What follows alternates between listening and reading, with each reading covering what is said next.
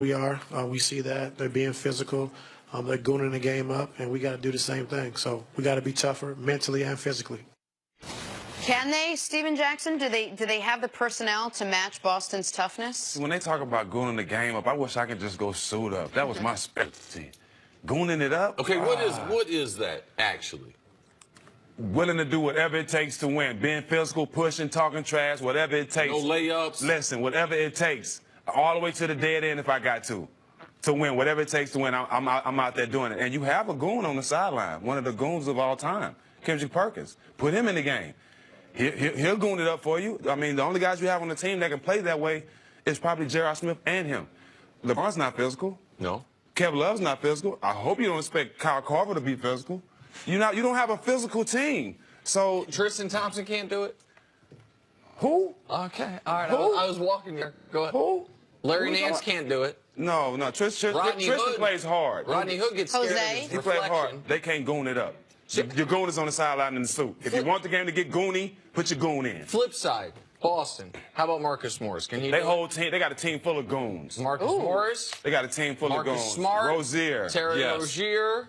Tatum is a quiet goon. Well, Tatum Brown is a goon. Yeah, Tatum's the one guy I would say. Tatum and Horford, I would say no. I played with the big fella from Australia over there. He's a goon. Baines. He's a goon. Yes. Real-time goon. Yeah, absolutely. So Horford's not a vocal goon, but he's physical. And he's physical. He plays smart. Gets the job done. He has the type of tendencies. And in this era where there's no centers, he's the perfect complement to the other players. And he is not going to, he's not going to give you the type of pressure of Draymond Green, but he has all the other things. He's going to make the tough plays. He's going to take the charges, and he's going to make sure there's fire under those young players every game. Here's what was so disappointing to me about JR at the end of the game game 2 when he shoved Horford in the back.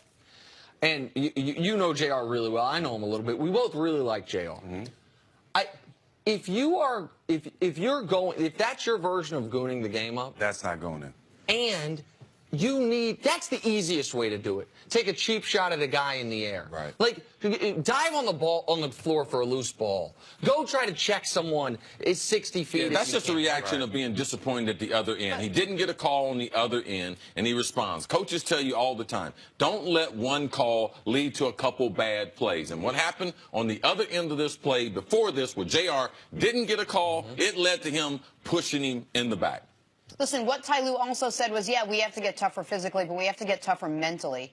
How far do they have to go to get back into this game mentally? What are they lacking? What are they missing? Why wouldn't they be? If this is as must-win as it gets for a lot of these other players. It's a lot of questions that need to be answered for them right now. But the only answer that I have is they're going home and they have the Kane. And the K-A-N-G will not let them lose Game 3. I don't care how good Boston's playing. I don't care what Brad Stevens has to do.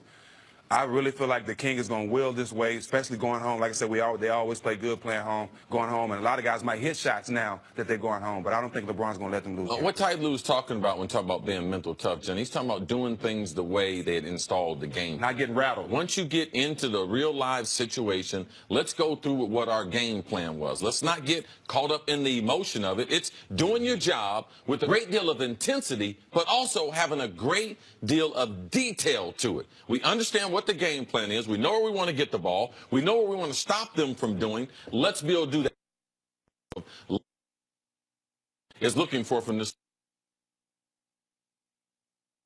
We got these young guys on this team. They've been through a lot of adversity during the season and the playoffs, but they kept their composure the whole season, during the playoffs, during the regular season, when guys went down, when they lost games, they kept the composure. They don't get rattled. You can't really teach that. These young guys have that, and that's why Boston's been so successful. And here's the other thing that Cleveland has to be able to get back to. I know they were a terrible defense throughout the regular season, just like they were a terrible defense the regular season last year. Last year in the playoffs, they were able to turn it on. This year in the playoffs, it looked like they had done that. They played their best 4-game stretch of defense all season in the games 2 through 5 or 1 through 4 against Indiana. They got punched in the mouth in game 1, and while they struggled in that series offensively, they couldn't hit shots.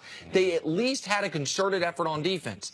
And then, in a weird way, blowing Toronto out the way they did, it seems to me like it was almost bad for them. It made everyone relax to a degree. LeBron's playing at this super high level. We're hitting shots again. We're the overwhelming favorites against Boston. I think they were probably thinking they were going to end up playing Philly. They got And they didn't respond to getting embarrassed in game 1. They didn't respond to LeBron being awesome to start game 2. And the defense never showed up. We know this is not physically a good team. We know that when you don't play good defense, it's hard to goon up the game or it's hard to be physical. They are an offensive team, get up and down the court, shoot the three, and LeBron James. So if you want to watch something, Jen, it's something you picked out in game number 2. Let's watch the body language of the Cavs player. Let's watch their eyes. Let's watch how they roll their eyes at each other. Let's see if they are this unhappy couple that they don't want the public to know about when they get into game 3. Because for me, I believe